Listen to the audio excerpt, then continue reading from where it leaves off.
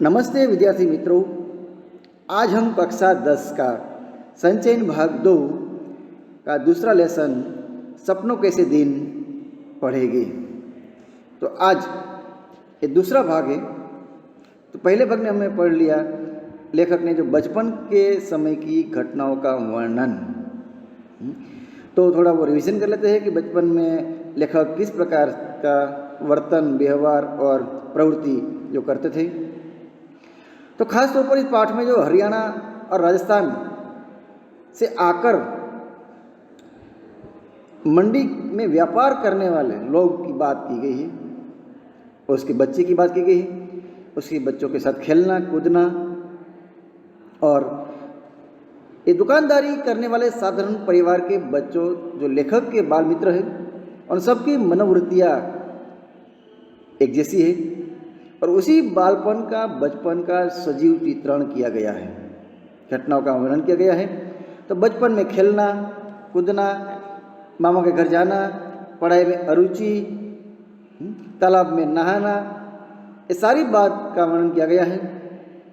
तो लेखक के साथ खेलने वाले सभी बच्चे का हाल एक जैसा था। बिखरे हुए बाल, नंगे पाँव, फटे हुए कुर्ते, गिरते पड़ते हुए चोट खाते हुए, जख्मों पर जो निशान है मिट्टी लग जाती है और एक दूसरे की भाषा आमतौर पर समझते नहीं हैं, पर जब वो खेलते हैं, खेलने के समय उन सबका हाव भाव वो समझ जाते हैं। तो लेखक ये बचपन की जो घटनाएं हमें बता रहे हैं, पढ़ाई में अरुचि वाली, मामा के घर जाना है तो आगे बढ़ते हैं, गली मोहल्ले में पिटाई होती है, खेलते वक्त जाते घर, फटे हाल कपड़े जाते घर, कई बहुत सी जगह चोट लगी हुई घर जाते हैं, तो माँ और बहनें उसे डांटते हैं और कहीं के बाप तो ऐसे गुस्सेल इतना पिटाई करते कि नाक और मुंह से जो खून बहने लगता है उसका भी ध्यान नहीं रखते। और उस समय फिर भी कि बाल सहज होती है और उसी वजह से फिर दूसरे दिन बच्चे खेलने चले जाते हैं। तो सभी बच्चे स्कूल जाने के नाम से बहुत घबराते हैं। जाते हैं तो कई बच्चे बस्ता है, बैग है और तालाब में फेंक देते हैं, उसके बाद स्कूल गए ही नहीं। और पेरेंट्स भी, वाले भी, इसके पेरेंट्स मम्मी पापा भी उसे ज़बरदस्ती भेजते नहीं थे और अपने अपने कामों में झोंक देते हैं। दुकानदार भी ऐसा करते थे कि बही खाता है, थोड़ा सिखाना है वो सिखा देंगे मुनीम से, और उसी प्रकार वहाँ पर बच्चे जाते हैं तो भी फूल की क्यारी से फूल तोड़ते हैं। और छुट्टियों में वो ननिहाल जाते हैं, मामा के घर जाते हैं, वहाँ पर तालाब में नहाना, उसके अलावा नहाने के बाद छुट्टियों के समय वो दूध दही मक्खन खाते हैं, तैरना, नदी के टीले पर चला जाना, लेट जाना और पूरे शरीर पर रेत लगाना और फिर तालाब में छलांग लगाना, ऐसे बहुत बार करते हैं। और धीरे धीरे छुट्टियाँ समाप्त होती है और स्कूल का जो गृह कार्य है पूरा न होने का डर बना रहता है और तब हिसाब लगाते हैं कि 20 दिन बाकी है और 200 सम दिया है तो हर दिन 10 सम हम निपटा लेंगे। लेकिन काम करने की बात अलग है, सोचने की बात अलग है और धीरे धीरे और छुट्टियाँ निकल जाती है और तब ऐसा करते 10 क्या हम 15-20 सोल्व कर सकते हैं। तो इनमें से कई बच्चे ऐसे भी हैं कि जो स्कूल का होमवर्क के बजाय मास्टर जी के 2 थप्पड़ खाना और सस्ता सौदा समझते हैं। और अंत में हमने देखा कि एक जो पात्र आया था वो माँ, हांडी जितना सिर, लगता है कि बिल्ली के ऊपर तरबूज रख दिया हो, नारियल की आंखें, बंदरिया चेहरा, अद्भुत एक व्यक्ति ठिंगना, और वो जो किसी से सामने झगड़ा करते हैं, किसी को टक्कर मारते हैं, उससे दुगुना तिगुना बड़ा व्यक्ति भी चोट से करा उठते हैं या तो उसकी हड्डी पसली को तोड़ देते हैं। इसलिए उसकी जो टक्कर की जो रेल बम्बर टक्कर नाम रख दिया है कि रेल, यानी कि रेल जो कोयले से चलने वाली गाड़ी रेल है, शक्तिशाली होती है, तो उसी प्रकार वो टक्कर, या तो कहते हैं ना एक सांड किसी को ठीक मारता है और सामने वाला व्यक्ति गिर जाता है, उसी प्रकार ही यहाँ ओमा की टक्कर बहुत ही खतरनाक भयानक होती है। तब आगे हम पढ़ाई करते हैं। कि हमारा स्कूल बहुत छोटा था, स्कूल का वर्णन है, केवल छोटे छोटे 9 कमरे थे। गांव की जो स्कूलें छोटी होती है, और जो अंग्रेजी के अक्षर एच, अंग्रेजी का जो अक्षर एच है, यानी कि बीच में लॉबी और दोनों आमने सामने कमरे एच की भांति बनी थे। दाई और पहला कमरा हेडमास्टर मतलब प्रिंसिपल श्री मदन मोहन शर्मा जी का था। एक साइड से देखा जाए तो पहले ही क्लास ऑफिस का आता था, और जिसके दरवाजे के आगे हमेशा चिक स्टिक लकड़ी मारने के लिए होती है और लटकी रहती थी। स्कूल की प्रेयर प्रार्थना के समय बाहर आते और सीधी कतारों की कद के अनुसार खड़े लड़कों को देख उनका गोरा चेहरा खिल उठता है, बहुत प्रसन्न होता है। मास्टर जी, प्रिंसिपल साहब असेंबली के समय, प्रार्थना के समय जब बाहर आते हैं, सभी बच्चे कतार में लाइन में हाइट वाइज खड़े हैं, ये देखकर गोरा चेहरा बहुत ही खिल उठता है, बहुत प्रसन्न होते हैं। और सारे अध्यापक शिक्षकगण लड़कों की तरह पीछे जो कतार के अनुसार लड़कों को देख उनका बांधकर उनके पीछे खड़े हो जाते हैं, कतार में खड़े रह जाते हैं, देखते हैं। केवल मास्टर प्रीतमचंद पीटी लड़कों की कतारों के पीछे खड़े रहते हैं और ये देखते थे कि कौन सा लड़का कतार में ठीक नहीं खड़ा है। अन्य टीचर है वो लाइन में कतार में खड़े हो जाते हैं, फक्त केवल एक प्रीतमचंद है, पीटी सर है, वही देखते हैं कि कौन सा लड़का लाइन से बाहर है। और उनकी घुड़की तथा ठूठों के भय से, डांट घुड़की और बूट के आगे के पंजों ठूठों के भय से हम सभी कतार के पहले और आखिरी लड़के का ध्यान रखते थे ताकि किसी को मार न पड़े, क्योंकि सीधे कतार में बने रहने का प्रयत्न करते हैं, किसी को पनिशमेंट हो ये सभी बच्चे ध्यान में रखते हैं न हो। और सीधी कतार के साथ साथ हमें ये ध्यान भी रखना होता था कि आगे पीछे खड़े लड़कों के बीच की दूरी, जैसे एक हाथ का डिस्टेंस, दूरी भी एक सी होनी चाहिए। सभी लड़के उस पीटी से बहुत डरते थे, पीटी साहब से बहुत ही डरते थे, क्योंकि पीटी साहब बहुत ही भयानक थे। क्योंकि उन जितना सख्त कठोर, यानी पीटी साहब जितना अध्यापक न कभी किसी ने देखा था न सुना था,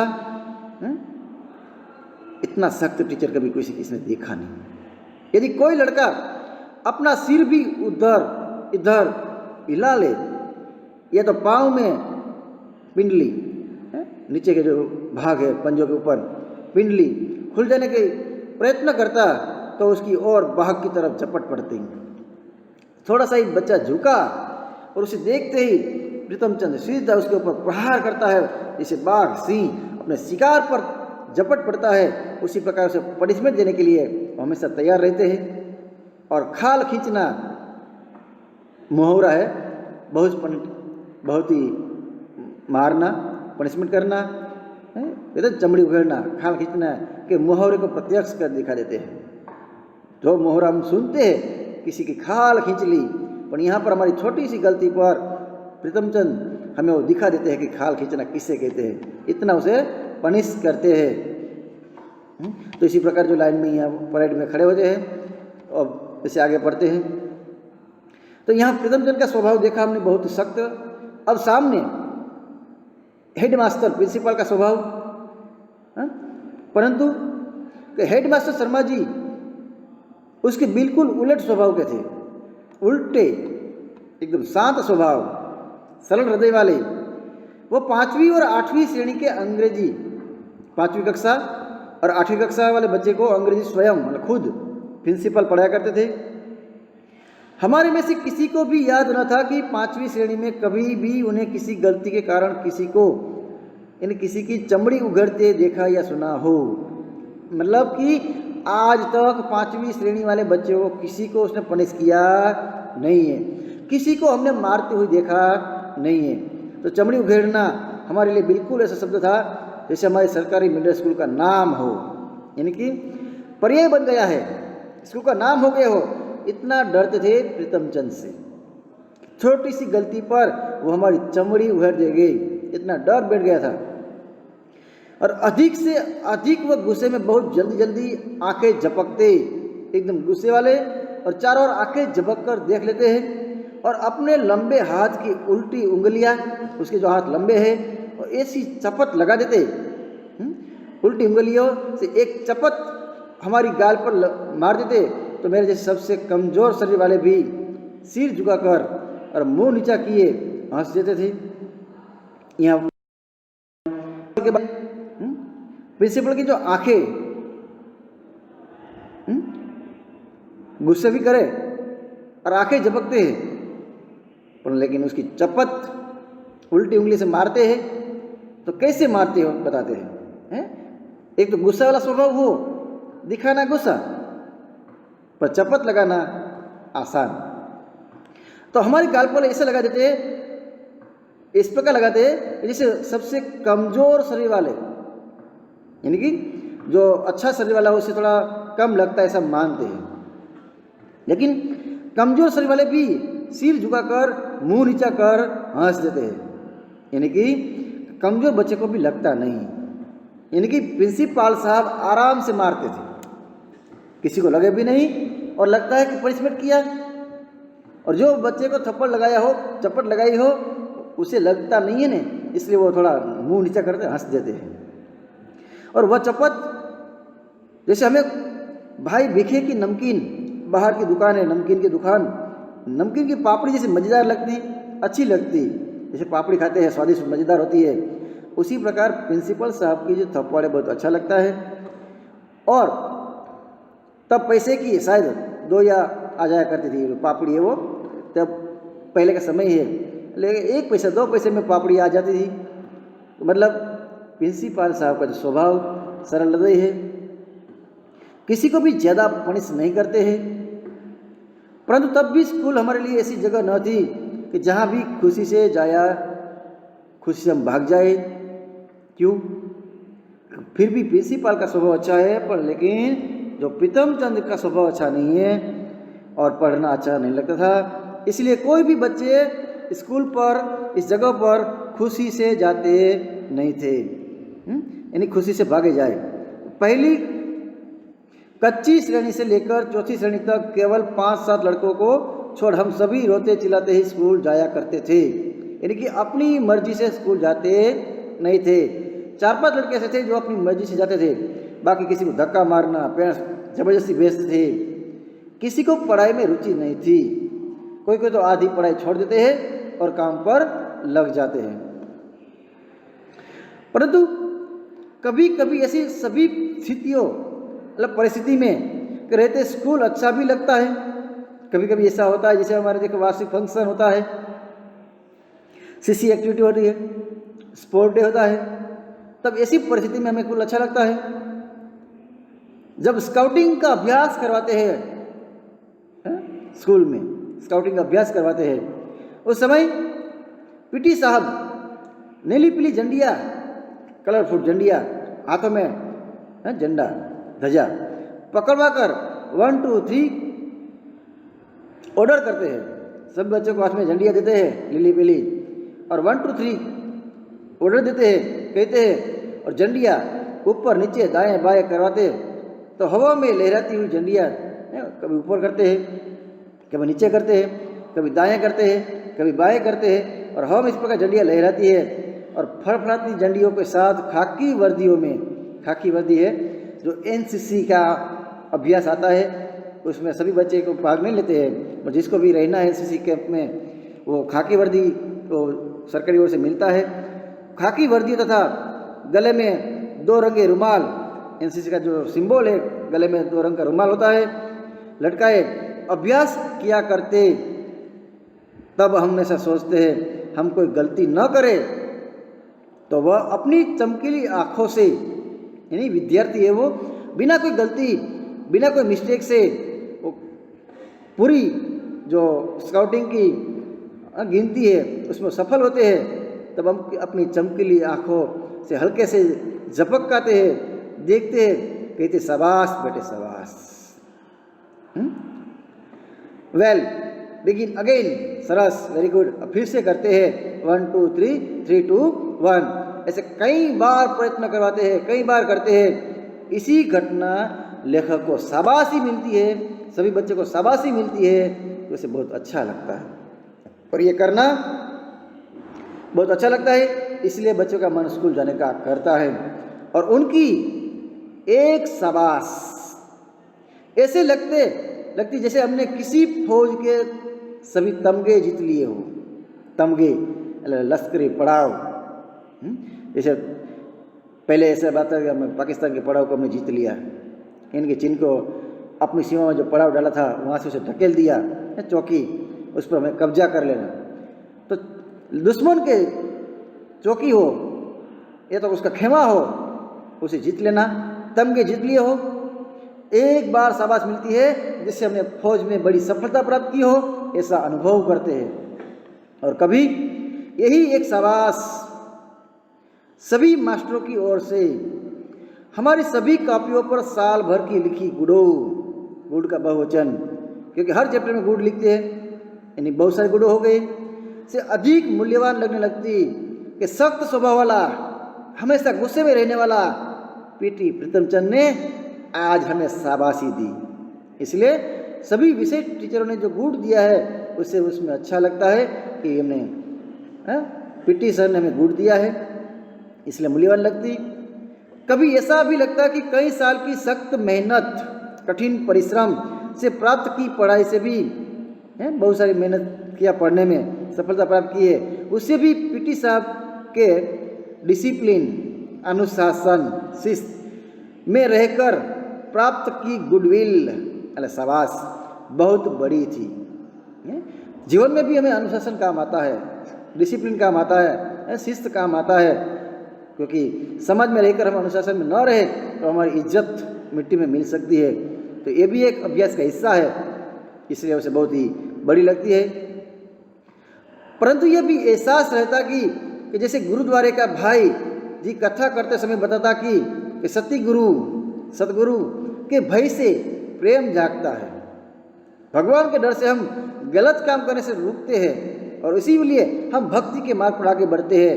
एक वास्तविकता है, क्योंकि पाप और पुण्य का जो भेद है और उससे ही डर कर हम रहते हैं, नहीं तो जीवन में हम गलती काम करते रहे।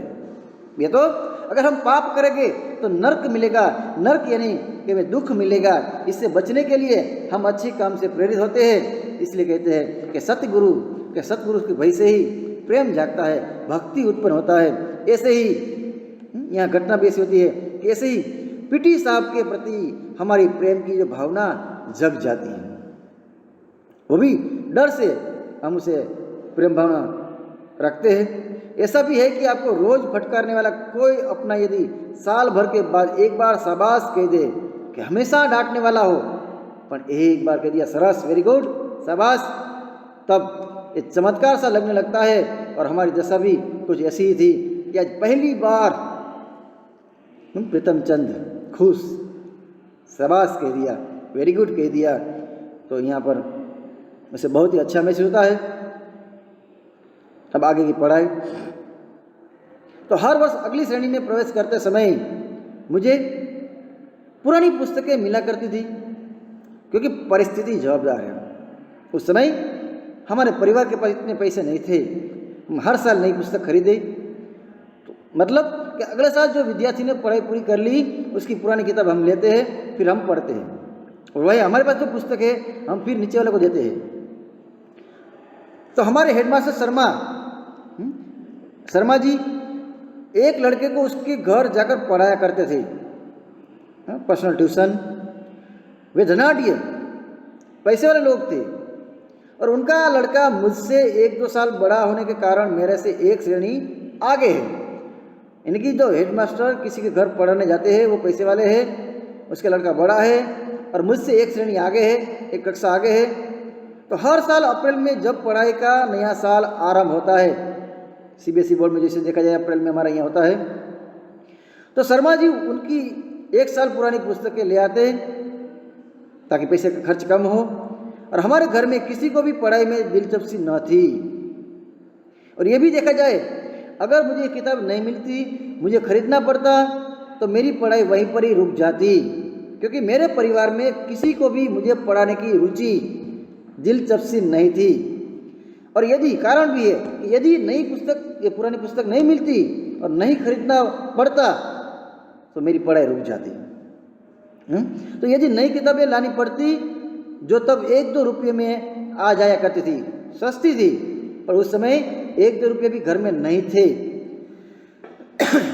तो शायद इसी बहाने पढ़ाई तीसरी या चौथी श्रेणी में ही छूट जाती। कितनी परिस्थिति थी उस समय खराब है कि नया पुस्तक खरीदने भी पैसे नहीं थे, और वहाँ तक की नौबत आती कि पढ़ाई रुक जाती तीसरी और चौथी श्रेणी में ही, और 3-4 दौरान ही पढ़ पाते। और कोई 7 साल स्कूल में रहा तो एक कारण पुरानी किताबें मिल जाना भी था कि मैं 7 साल स्कूल में रहा, पढ़ता रहा कंटिन्यू। उसका प्रमुख कारण, मेन कारण है कि पुरानी पुस्तकें मिलना। कापियों, पेंसिलों, होल्डर या शाही दवात में भी मुश्किल से 1-2 रुपये साल भर में खर्च होता है, स्टेशनरी खर्च। उसके अलावा जैसे बुक, कॉपी, पेंसिल, होल्डर, शाही का दवात, शाही नो खड़ियों, उसके लिए मुश्किल से भी बहुत करा जाए तो 1-2 रुपये होता है, साल भर का खर्च होता है। परंतु उस जमाने में 1 रुपया भी बहुत बड़ी रकम हुआ करती थी, बहुत 1 रुपये का मूल्य था, कीमत था।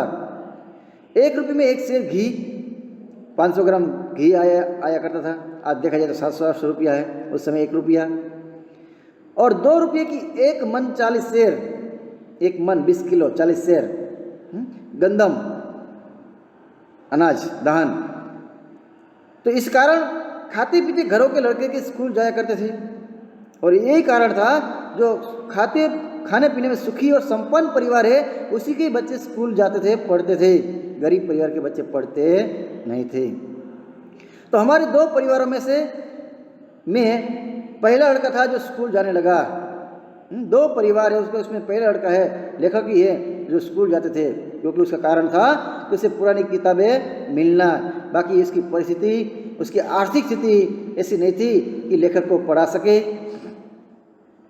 परंतु किसी भी नई श्रेणी में जाने का ऐसा चाव, रुचि कभी भी महसूस नहीं होता, शौक नहीं होता, कि जिसका जिक्र कुछ लड़के किया करते थे। क्या आगे पढ़ना है, आगे की पढ़ाई मुश्किल है, आगे के टीचर अलग हो गए। तो अजीब बात थी कि मुझे नई कापियों और पुरानी पुस्तकों में से ऐसी गंध वास आने लगती कि मन बहुत उदास होने लगता था। आगे टीचर बदलेंगे, अभ्यासक्रम बदलते हैं, ऐसा मन में ऐसा उदासीपन छा जाता है। इसका ठीक कारण तो कभी समझ में नहीं आया कि क्यों मैं आगे की श्रेणी में जाने में उदास था, क्यों मायूस था, वो समझ नहीं पाया। परंतु जितनी भी मनोवैज्ञानिक जानकारी है, बड़ा बाल मनोविज्ञान पढ़ा, और इस अरुचि का कारण यही समझ में आया कि आगे की श्रेणी की कुछ मुश्किल पढ़ाई, जैसे जैसे कक्षा में आगे बढ़ते हैं और आगे की पढ़ाई थोड़ी मुश्किल होती है, और नई मास्टरों और आने वाले कक्षा में जो टीचर बदलते हैं, नए मास्टरों की मारपीट, आगे वाला टीचर बहुत डेंजर है, मारते हैं पीटते हैं, का भय ही कहीं भीतर जमकर बैठ जाता है। और इसी वजह से बच्चे कहीं पढ़ना छोड़ देते हैं। ये मारपीट का भय, ये सब मारपीट का भय नहीं होना चाहिए। आगे की, जैसे बड़े भाई साहब ने भयंकर चित्रण प्रस्तुत किया था, ऐसा भी नहीं होना चाहिए, क्योंकि जैसे जैसे पुस्तक में अभ्यासक्रम बदलता है वैसे वैसे हम भी उम्र में बड़े होते जाएंगे, तो हमारे लेवल का ही अभ्यासक्रम होता है। तो इससे अभ्यासक्रम है, उसे कोई भी प्रकार की अरुचि या उदासीपन नहीं होना चाहिए। तो ये डर है वो कहीं भीतर जमकर बैठ गया था। सभी तो नए न होते थे, जैसे टीचर में देखा जाए तो सभी टीचर नए नहीं होते थे, परंतु 2-3 हर साल ही वह होते जो कि नहीं होते हैं, 2-3 पुराने होते हैं जो कि छोटी श्रेणी में नहीं पढ़ाते थे। यानी अभी जो कक्षा उसकी पढ़ाई पूरी हुई उसी कक्षा में 2-3 टीचर नहीं पढ़ाते, वो भी आ जाते हैं। कुछ ऐसी भी भावना थी कि अधिक अध्यापक एक साल में ऐसी अपेक्षा करने लगते जैसे हम हरफन मौला, उस्ताद, चतुर, होशियार हो गए हो। टीचरों की हमेशा अपेक्षा बच्चे होशियार हो, पढ़ाई में अच्छे हो, कमजोर न रहे। यदि उनकी आशाओं, हर शिक्षक की अपेक्षा होती है बच्चे होशियार हो, ये आशाओं पर पूरे नहीं हो पाते हम बच्चे विद्यार्थी, तो कुछ जैसे ही चमड़ी उघेड़ देने वाला तैयार रहते हैं। मतलब टीचर की जो अपेक्षा है बच्चे होशियार हो, पढ़ाई में ध्यान दे, पर उसकी इस अपेक्षा हम जब पूरी न कर सके तो बहुत सारे टीचर ऐसे होते हैं, वो बहुत ही डांटते हैं, पनिश करते हैं, चमड़ी उगड़ देते हैं। तो इन्हीं कुछ कारणों से केवल किताबों कापियों की गंध से ही नहीं, यह भी कारण है कि हम टीचर की अपेक्षा हम अच्छे मार्क्स नहीं लाए, कि यार पढ़ाई में ध्यान नहीं दिया, हमें कुछ समझ में नहीं आएंगे तो टीचर हमें मारेंगे। तो ये भी कारण है कि पढ़ाई छोड़ने का और उदास होने का। तो बाहर के बड़े गेट से 10-15 गज दूर स्कूल के कमरों तक बाहर से आते हैं, कमरों तक पहुंचते हैं, तक रास्ते में दोनों ओर जो अलियार पेड़ है के झाड़ उगे हुए थे, उनकी गंध भी मन उदास कर दिया करती थी। यानी कि जैसे ही घर से स्कूल जाते हैं और जैसे अलियार के वृक्ष की जो पेड़ के पत्तों से पुष्प के जो सुगंध आने लगती है ना, ऐसा मन में फील होता है और स्कूल आ गई, मतलब अनुभव कर लेते हैं अब स्कूल नज़दीक है। पुष्प की सुगंध आती है और उसका मन उदास हो जाता है, स्कूल आ गई। तो ये उदासी का कारण टीचर भी है, अभ्यासक्रम भी है।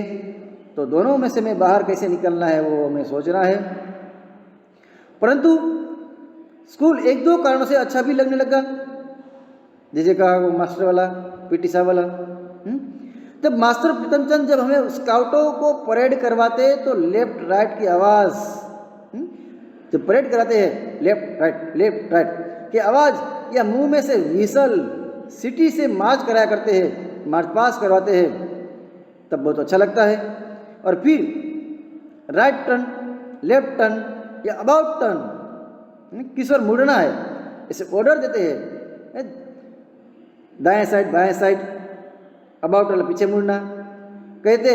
और छोटे छोटे बूटों की एड़ियों पर, क्योंकि पूरा पग उठाना नहीं है, एक बूट की एड़ियों पर ही घूमना है, बूटों की एड़ियों पर दाएं बाएं ये एकदम पीछे मुड़कर बूटों की ठक ठक करते अकड़ कर चलते, तो लगता है जैसे हम विद्यार्थी नहीं बहुत ही महत्वपूर्ण आदमी या तो फौजी जवान हो गए हैं, वो अपने आप को फौजी जवान समझते हैं। उस समय उसे बहुत ही अच्छा महसूस होता है, अच्छा लगता है। अब बात आती है दूसरे विश्व युद्ध की। दूसरे विश्व युद्ध का समय था, परंतु हमारी नाभा रियासत यानी नाभा इलाका, रियासत का शासन, नाभा रियासत का शासन है वो बिल्कुल अंग्रेज से मुक्त थी। रियासत का राजा अंग्रेजों ने 1923 में गिरफ्तार कर लिया था और तमिलनाडु में कोडाई कैनाल में ही जंग शुरू होने वाले से पहले उनका देहांत हो गया। यानी कि राजा को गिरफ्तार कर लिया और अंग्रेज के खिलाफ कोडाई कैनाल में ही जंग लड़ाई शुरू होने वाली से पहले ही देहांत यानी मृत्यु हो गई। उस राजा का बेटा कहते थे अभी विलायत के विदेश पढ़ने गए हैं, विलायत में है, पढ़ रहा है, इसलिए हमारे देसी रियासत में भी अंग्रेज की चलती थी। देसी रजवाड़ू राजा नहीं थे तो अंग्रेज का शासन चल रहा था ऐसा माना जाता है। फिर भी कि राजा के न रहते कि अंग्रेज हमारी रियासत के गांव से जबरन ज़बरदस्ती भर्ती नहीं कर पाए लश्कर में भर्ती, क्योंकि अंग्रेज सरकार चाहते थे कि नाभा रियासत के जितने भी गांव हो, गांव में से जितने भी नौजवान हो वो अंग्रेज सेना में शामिल हो जाए। फिर भी गांव वाले इतने अकड़ थे, इतने होशियार थे कि अंग्रेज की सेना में भर्ती नहीं हुए, यानी कि भर्ती नहीं कर पाया था। लोगों को फौज में भर्ती करने के लिए सब कुछ, जब कुछ अफसर आते हैं सेली जैसे गली में नाटक करते हैं, लालच प्रलोभन देते हैं, जब कुछ अफसर आते हैं तो उनके साथ कुछ नौटंकी वाले भी हुआ करते थे। अफसर आते हैं क्योंकि गांव के नौजवानों को लश्कर में भर्ती करने के लिए लालच देते हैं और लालच नाटक के माध्यम से देते हैं। वे रात को खुले मैदान में, गांव के बाहर या गांव के अंदर चौक में खुला मैदान हो, वहाँ सामियाने लगाकर, नाट्य मंच जैसा लगाकर सामियाना लगाकर लोगों को फौज में सुख और आराम, फौज में जुट जाओ और सुख प्राप्त करो और आराम से रहो, अच्छी सैलरी मिलेगी, और बहादुरी के दृश्य दिखाकर आकर्षित किया करते थे। नाटक में ऐसे घटना दिखाते थे, कोई नौजवान है, कोई जैसे कहते हैं कि वीर साहसी दुश्मनों को छक्के छोड़ दे, ऐसे बहादुरी के दृश्य दिखाकर आकर्षित किया करते थे। तब उनका एक गाना अभी भी याद है, कुछ मस्खरे, मौज मस्ती वाला शब्द है, अजीब सी वर्दियाँ पहने, अजीब विचित्र वर्दियाँ पहने और अच्छे बड़े फौजी बूट पहने वो गाया करते थे। तो पंक्ति देखते हैं, भर्ती हो जा रे रंगरूट, भर्ती हो जा रे। नौजवानों कहते हैं कि युवानों कि सेना में भर्ती हो जाओ, रंग रूप से, मन से, दिल से भर्ती हो जाओ रे। अठे अले यहाँ मिले से टूटे लितर, इन शब्दों का अर्थ नीचे दिया है। तो यहाँ पर आपको जो मिलता है, अठले यहाँ मिले से टूटे लितर, लिटर नहीं कि टूटे हुए पुराने खस्ताल जूते। हम क्या थोड़ा सा जब बूट टूट गया है तो सिलाई करवाते हैं, इसलिए खस्ताहाल कहा गया है कि आप यहाँ रहोगे तो आपको फटे हुए पुराने खस्ताहाल जूते मिले, यानी कि यहाँ पर आपको शांति नहीं है, सुख नहीं है। उठे ले वहाँ मिलेंगे बूट, आपको बहुत ही अच्छा बूट मिलेगा। भर्ती हो जा रे रंगरूट तन मन से, गांव के युवानों भर्ती हो जाओ रे। अठेले यहाँ पहन से फटे पुराने कपड़े, आपको यहाँ पर फटे पुराने कपड़े पहनने पड़ते हैं। और उठेल वहाँ मिलेंगे सूट, पुलिस की वर्दी मिलेगी, लश्कर की जो भर्ती है उसमें लश्कर का जो पोशाक है वो मिलेगा, और युद्ध ना हो तब अच्छा सा सूट मिलेगा, अंग्रेज का जो सूट पहनते हैं, कोट पहनते हैं वो मिलेगा। तो भर्ती हो जाओ रे, आपको वहाँ बहुत सारी सुविधा मिलेगी, पैसे मिलेंगे, सुख मिलेगा, शांति मिलेगी। ऐसे ऐसे नाटक दिखाकर नाभा रियासत के युवानों को भर्ती में भरने के लिए प्रलोभन कहते हैं ना, लालच देते हैं। तो कई बेचारे गरीब हो, कभी इसने ऐसे बूट देखे ना हो, कभी अच्छे कपड़े देखे ना हो, वो इसी लालच में आकर अंग्रेज सेना में भर्ती हो जाते थे। ओके, तो यहाँ तक ये दूसरा भाग है वो रखते हैं या पूरा करते हैं। तो 2 भाग तक आपको पढ़ो, और इसमें जो भी क्वेश्चन आते हैं वो क्वेश्चन फेसबुक में लिखना है, और 1-2 बार ये वीडियो देखना है ताकि समझ में आए, खास घटनाओं को देखते हुए। अस्तु।